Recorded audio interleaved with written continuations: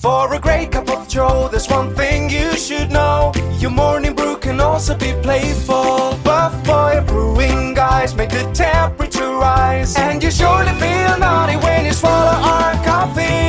If you want some real heat, give your mouth a fine treat. You will want some more, rest assured. Buff Boy Brewing, you can't get enough of. It's time for The Scribble, your weekly fix of celebrity chats, bizarre stories in the news, and basic random chatter with best-selling author and syndicated radio host Jeremy Bradley. Make sure your seat is in the upright and locked position and your barf bag is securely in place. Here's Jeremy Bradley. Thank you very much, Larson. Jeremy Bradley here. This is The Scribble. Happy Friday, happy weekend, happy... I guess we're heading into May now, depending on when you're listening to this. Now, that intro, by the way, as old as it is now, 100 and some episodes into this podcast, is very airplane-related, okay? Now, I can't not comment on all of the crap that's happening with airlines these days. You've heard about it, you know, so I'm not breaking any news here, but I've got some thoughts on it. We'll get to that in just a second. The big story dominating headlines this week, Chris Soules, or Soulless, as I inadvertently said on our show Entertainment Wrap-Up. I speak very quickly on that show, so Chris Soules, S-O-U-L-E-S, and then I was saying Soules when it's possessive, right, when you're saying his truck, Soules' truck. And so a couple of times I ended up saying soulless. And in case you aren't following my gist here, is that he basically killed somebody, allegedly, earlier in the week when he was driving his truck, smashed into a tractor and sent the driver flying into a ditch, killing the 66-year-old man. Soules, I hate having to say allegedly, reportedly, all these things. He basically did that, right? Because he apparently called 911, he attempted CPR, he stayed with the victim until paramedics arrived, did not stay until cops arrived, according to reports from the scene, and then he was at home when the cops were there to talk to him. He refused to come out. They had to get a search warrant, waited hours to then finally talk to him. And then he was arrested, and he had his arraignment in court, and then posted $10,000 cash bond. So, what's interesting, now his criminal past is coming to light. Apparently, at least, from what I've seen, 13 previous charges, whether it's DUI or fighting in public or whatever, dating back to, for many years, actually. And so, what that has people questioning is, how could ABC bring him on as the Bachelor if he's such a bad guy? I don't really think producers of the show care what kind of a guy. They bring in homophobes, they bring in womanizers, they bring in bigots, they bring in alcoholics, they bring in basket cases. Who thinks that a producer of a reality show is going to have some sort of morals or scruples or what? They don't care about the criminal past. Who cares? He's a nice guy. He's a lovable hillbilly who is going to break hearts and cry a lot and not find love in the end. That's the point of that show.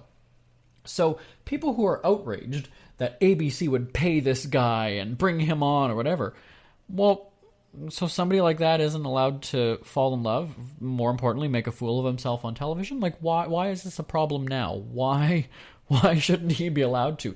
It's not like he's coming on and...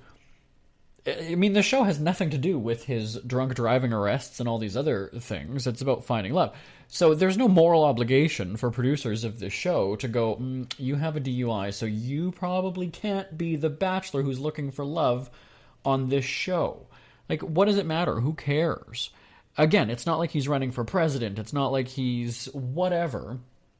He's just some loser who's going to date dozens of people who are going to cry, be obsessive over him, and then leave the show and try to become famous after it. That's what it is.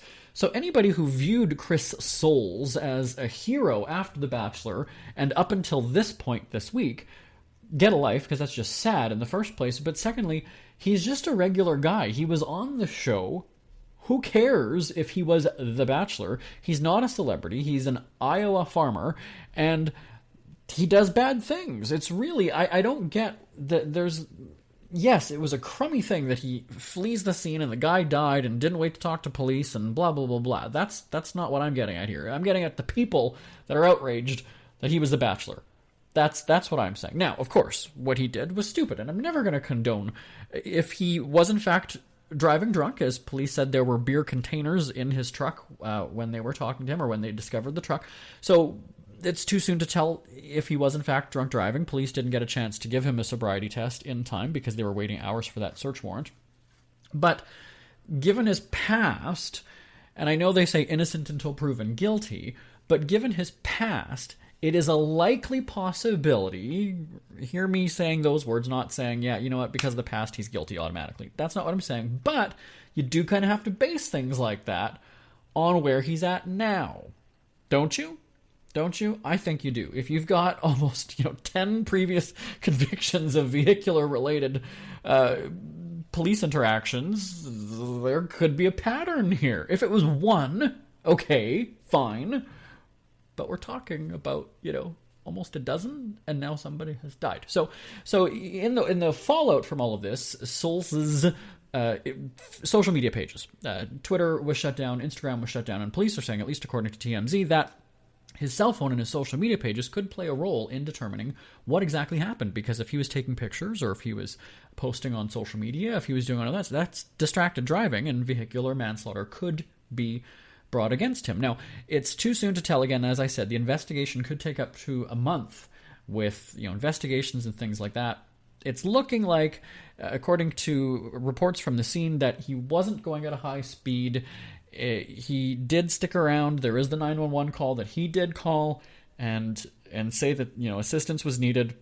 But again, you got to wait until police come. It's not just a matter of, okay, help is here, the paramedics are here to lend this guy some assistance.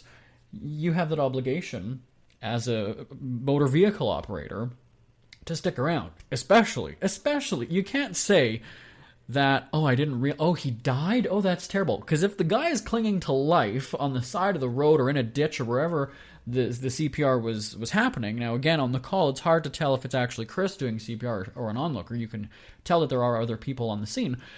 You don't go from being perfectly alive and communicating and blinking or whatever to then all of a sudden just snap of the finger dead. Again, not a doctor, not a crash investigator, but I'm sure he was there long enough to either see that this guy is fading away or that, it was taking a turn for the worse. So, again, whatever happens to Chris Soules is interesting. People outraged. They hate him now. He's now the new Bachelor villain. And, what's likely to happen? Probably not jail time, but again, depending on the outcome of the investigation. Will it cost him a fortune in terms of compensation to the victim's family? Most likely, probably. Jail time, who knows? We'll see. So again, that's one of the stories that we were following all week on Entertainment Wrap-Up. You can check that out at entertainmentwrapup.com. Now, let's go from the ground up to the sky, and I'll tell you about my thoughts on all this airplane drama coming up. Isn't it crazy that you wait for payday, but before you know it, you're strapped for cash again? It's time to stop blowing your money and become a smart spender with the book, The Official Guide to Being an American Cheapskate at cheapskatebook.com. Learn simple ways to cut costs at home every day and during special times of the year. Don't go broke at Christmas. Don't remortgage the house for a fancy vacation. The book is filled with tips to save you money throughout the year. Check out the best-selling book, The Official Guide to Being an American Cheapskate at cheapskatebook.com or on Amazon and iTunes. Airfares go up and down more than planes themselves. Pricearazzi.travel has you covered when flight prices change on Expedia.com. If the prices drop, you'll be sure to know about it. There's already so much to remember when you travel, and you shouldn't have to worry about paying more than you needed to on your flights. Let Pricearazzi.travel keep an eye on that for you. Your biggest concern should be if you've packed enough money to buy all the trinkets you really don't need, or if your swimsuit shows off enough skin in all the right places, or that while you are away, the kids have enough food in the kennel and that the dogs get to school on time. Wait, flip those last two. Simply register your email address with Pricearazzi.travel and then book your flights on Expedia.com. Your itineraries are automatically sent to Pricearazzi, and you could do your happy dance if the flight becomes cheaper in 24 hours. Better yet, you could actually end up flying for free. And who doesn't love free, right? Find out how to save on your Expedia flights at pricearazzi.travel. Avoid bank account turbulence and sign up now at pricearazzi.travel. JB here, back on the Scribble, and again, follow along at thescribbleshow.com and on SoundCloud and iTunes for our weekly 30 minutes of time-wasting fun. I was just told on that break that I was only supposed to go on about Chris Soules, or Soulless, for 4 minutes, and we're now 3 minutes over, so that's going to shift things. But that's what I love about this show, is that there's no interruptions with the music. Like on our Top 40 music show and our country show, we have, how many songs is it per hour? 14 or 16 songs sometimes per hour, and I'm allowed a minute and a half, 2 minutes, 45 seconds, and I'm long-winded, right? My stories take a little bit of time to tell, and so I always end up having to go. So on this show, it's great because it's 30 minutes. I can talk as much as I want. If we have a celebrity guest, they can wait. I'm the star. This is my time. No, we are going to be having some celebrity guests coming in the next few weeks, so stay tuned for that. Now, let's get right back into this chatter. We were talking about the truck and the tractor crash in Iowa. Chris Soules, the Bachelor, apparently murdered somebody. And now, the airlines. You heard all about the United guy, right? Dragged off the plane, broken face and body, basically. Well, he was just... they settled. They came to an agreement. They won't say how much was paid out, but the victim in that case was compensated fairly, at least according to his lawyer. Then we heard American Airlines last weekend, I believe it was. Was it Friday night? Anyway, last weekend, the woman in the stroller, right? You heard about this, where she was sobbing. Naturally, camera phones are videotaping everything, so that's the best way to fly now, is with a phone, so that you can capture the ass whoopings that happen by the flight crew. And so this woman, and again, it's hard to tell really what happened. You know, she was told to check the stroller and then brought it on and then was trying to cram it in, and then they took it away from her because they had to go. And so she's sobbing, the kids are freaking out, and apparently the flight attendant nearly smacked the kid with this stroller. And that's when all hell broke loose, according to sources in the video. Then you got this guy who's approaching and going up to the flight attendant, and the flight attendant's like, "Whoa, come on, you want to hit me?" sort of thing. I'm not quoting, I'm summarizing essentially what happened. And, you know, the flight attendant is ready to fight, and, you know, it's just like, what is going on now with airlines? Now, there's another story here that just made headlines. Oh, I don't even know. This was just the other day. It was Wednesday, it sounds like. Sorry, on April 18th is when it's happening. Now, a guy was going home to Milwaukee on a Delta flight. So this basically now every airline has had something happen. So guy was trying to use the washroom and was essentially kicked off of the plane. Flight attendant comes over, tells him to get off the plane. He says no. He's in his seat, he's asking, and of course, right, being videotaped by a seatmate. And the guy's like, "What? I didn't do anything wrong. I just have to go to the bathroom. You know, we've been waiting and blah, blah, blah, blah." The second flight attendant comes over and apparently talks to the guy. The guy finally just kind of agrees, you know what, I'll get off the plane. He says that when he got off the plane, he was greeted by FBI agents, and they questioned him. They were planning to arrest him, but they heard his side of the story, he says, and they let him go. Delta has commented on the story, saying, "Our flight crews are extensively trained to ensure the safety and security of all customers. It is imperative that passengers comply with crew instructions during all phases of flight, especially at the critical points of takeoff and landing." So, you know, apparently these people had waited on the plane for however long, and this was an emergency, according to the guy. He had to go to the bathroom. So he tried, he was turned back, he tried again, and then again the problem ensued. So he was removed, or he agreed, he says, to get off the flight and then take another one to get home to Milwaukee. So again, we've got United, we've got American Airlines, and now we've got Delta. It is either really they're pissy flight attendants now, or maybe they just feel like they're enforcers of the law and they can give you a beat down. It's very aggressive. You don't hear about this, let's say, in a retail store where there's a customer who gets out of line and all of a sudden you've got them, you know, being dragged out of stores. Maybe there are, we just don't hear about it, but somehow, somewhere along the line, airplanes and flight crews and whatever they are trained, I guess, in UFC on this side. I don't really know exactly how this works. So I don't know. And now I'm wondering if, because of these instances, and I've seen a lot of people who've ever been bumped from a flight, because that's what happened with that United guy, right? if you've ever been bumped from a flight, now everybody is coming forward with their story, right? It happened to me. I was kicked off the plane. Oh, I was separated from my loved ones. Oh, this happened. Oh, that happened. There was a story in Canada last week where a dog was put on the wrong plane and ended up somewhere else in Canada, and the people had to be reunited, and the dog got lost at one point as well. And so, I think that airlines right now are under the magnifying glass. They're under the microscope. They're being watched. And I think because there have been so many situations like this, the public is now reacting that way and watching, right? They're even putting the airlines under the microscope and reacting accordingly. So you've got these two sides, the airlines and the staff there, and then the general public, the passengers that are being victimized, at least according to a lot of people's opinion, and it's clashing. So it's really interesting. And I don't want to compare it to things like Black Lives Matter and all those protests where people have been coming up against the police, because I'm not going to pull a Kendall Jenner and Pepsi kind of thing on that one. But let's just look at those two together, right? You have the police are the bad guys, and it's the police against the people. And now you've got something similar where it's these big corporations and the flight crews against the people.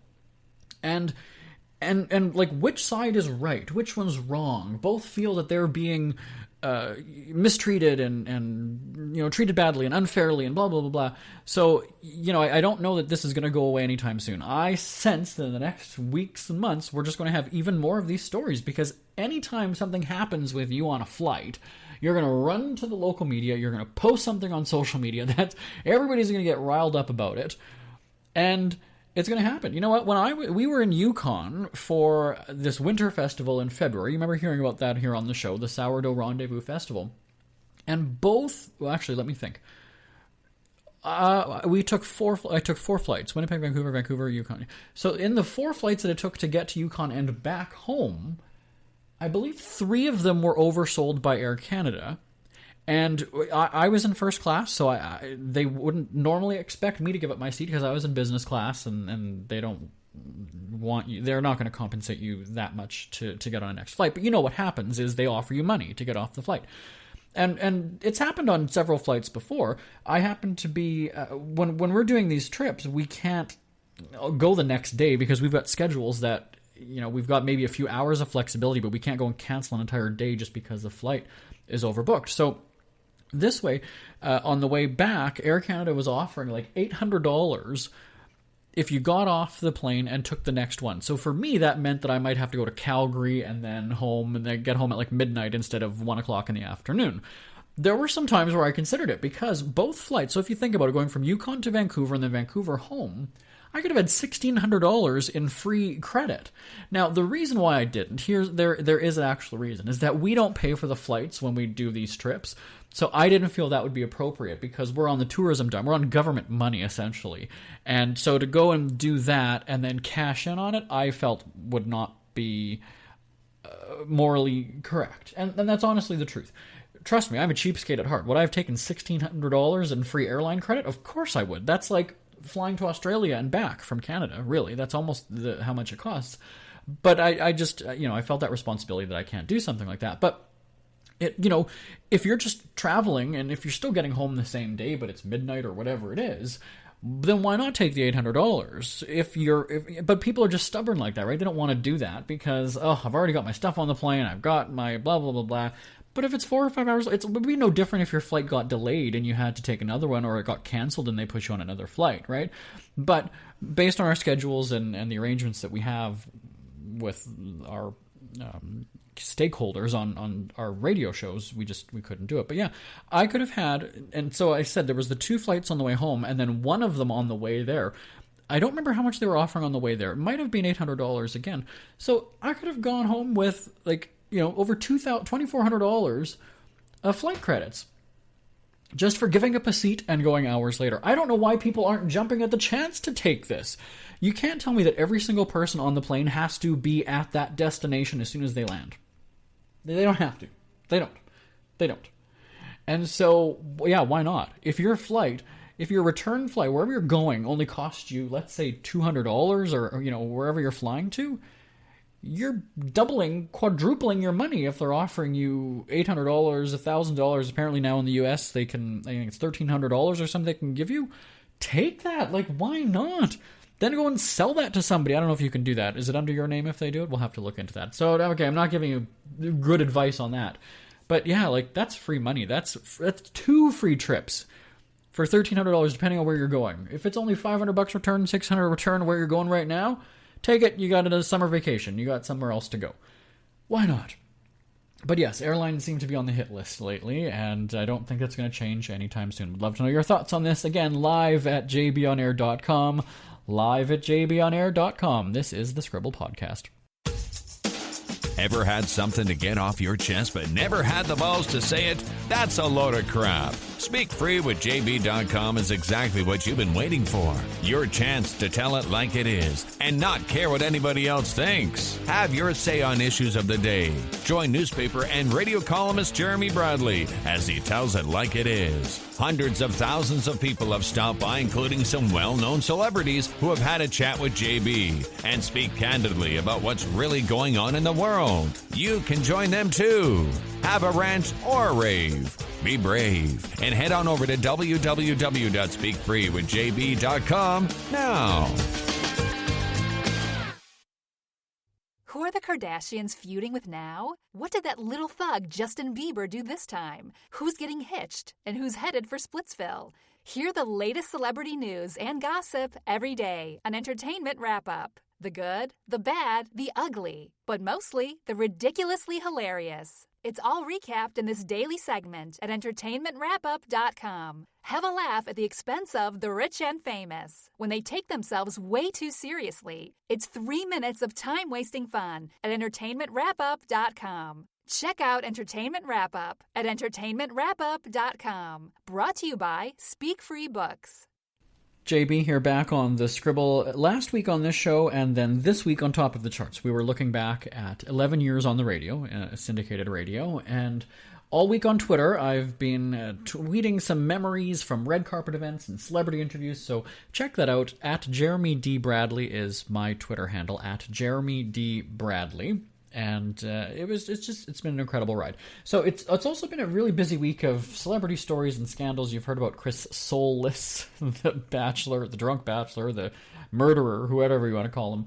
Caitlyn Jenner has also been making headlines. Last week with Diane Sawyer in another sit-down interview, I think that Caitlyn really believes that people care about the story of Caitlyn's life because there's a new book now. And so it's interesting that Diane asks some interesting questions, and apparently some are offensive, that you don't ask a trans person and da-da-da-da-da. But yet, Caitlyn has been doing the press rounds all week to promote the book and pushing this whole my life struggle, my life struggle, my life struggle, all the while having a team of people that does hair, makeup, nails, wardrobe, all that stuff. So when you talk about the plight of trans people, obviously Caitlyn knows what they're going through, right? Wrong. And that's what even the trans community is saying. So there's also this line now, because I know a lot of gay and lesbian folks, and there seems to be this weird kind of dividing line that trans people are now grouped with gays and lesbians. And a few of my gay friends are saying, we're not the same at all. Gay is we're attracted to the same gender, and I'm a man and I love a man, I'm a woman and I love a woman, I'm physically attracted to a woman, and blah, blah, blah, blah. Trans is not necessarily really gay at all. So what's interesting is that you have this whole LGBTQA !*KPRM, and what that means now is everything not straight, is what I gather on this whole LGBTQ blah, blah, blah, blah thing. And so I'm kind of not getting it now, where I'm trans so I can relate to the gay community. Maybe you can relate to the gay community, you can relate to the black community, to the female community, because all of these different groups have had, injustice at one point, or not inequality at some point. I'm not saying still today, I'm saying at some point in history they have. And the same could be said for Jews, for anything, right? There's so many groups that I can't even start to name them all.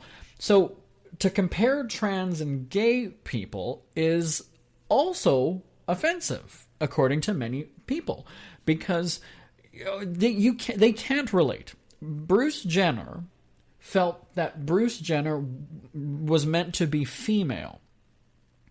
Bruce Jenner, the plight, the problem, the challenge, the struggle was not that Bruce Jenner is gay. So to compare those two, people are saying that's not accurate, that's not fair, it's not the same. And so there's a lot of people in the gay community that are saying, you know what, I can appreciate what the trans community is going through, but we're not even close to the same. I'm gay. I'm not chopping off my junk and having sex change and living as a woman.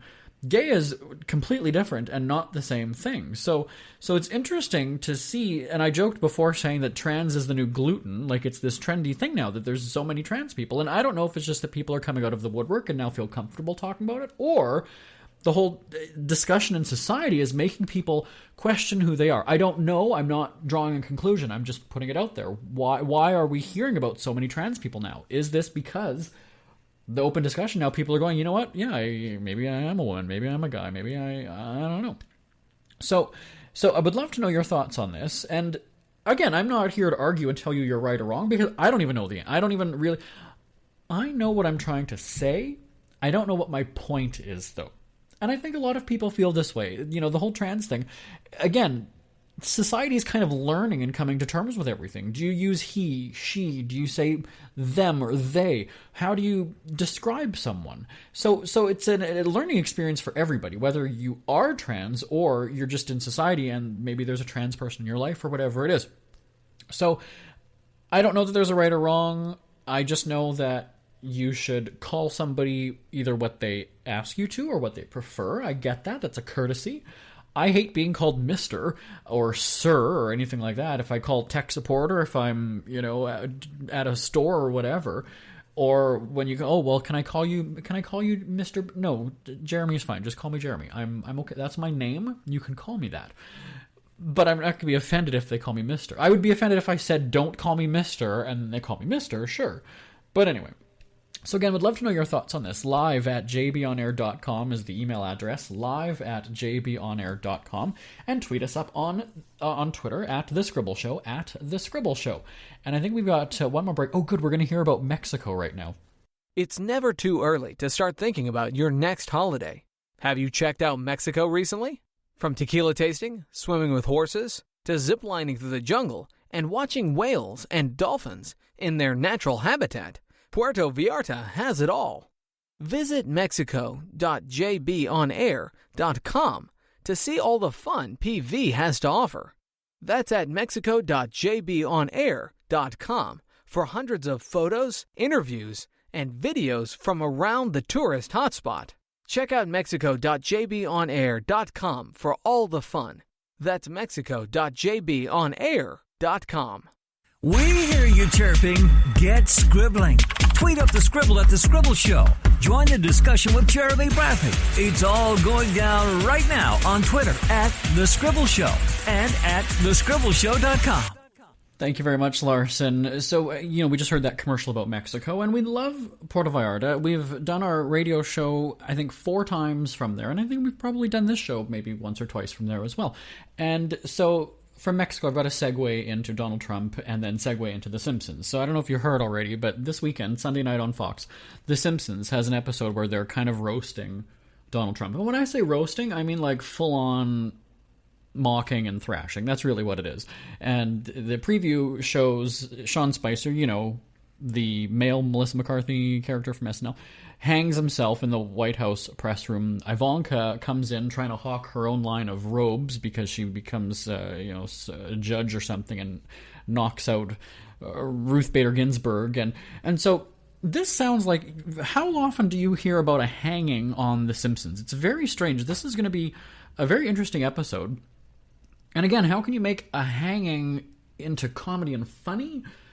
I don't doubt that The Simpsons will do it, but this just seems like it's a really interesting twist or a different change, a different tone of a Simpsons episode. So if you're a Trump hater or a Trump supporter, I think that you're going to be watching it, and I can almost guarantee you that if this episode roasts, thrashes, whatever word you want to use, if it does that to Donald Trump, he's probably going to tweet about it. I'm just guessing here. Now, if you're listening to this show after Sunday night in the Simpsons episode, you probably already know if it was good or bad and possibly what Trump has said. But it's interesting that you have a cartoon on Fox. Remember, he loves Fox News. Fox News is a little bit different. Same company, though, right? But Fox Television and Fox News are a little bit different. So we'll see what Trump thinks about this. And if he calls for the cancellation of The Simpsons, and will he get his way? Who knows? It's too soon to tell. But I'm back next week here on The Scribble. Again, we're at thescribbleshow.com. Would love to hear your thoughts about this show, anything you want us to chat about. Live at jbonair.com is the email address. Live at jbonair.com. Remember to subscribe on SoundCloud and iTunes. I'm back next time. Bye-bye, everybody. Want more Scribble? Check out thescribbleshow.com for past shows, celebrity interviews, cheapskate tips, and more. That's at thescribbleshow.com and on Twitter at The Scribble Show. The Scribble is a speak-free media presentation. If you want some real heat,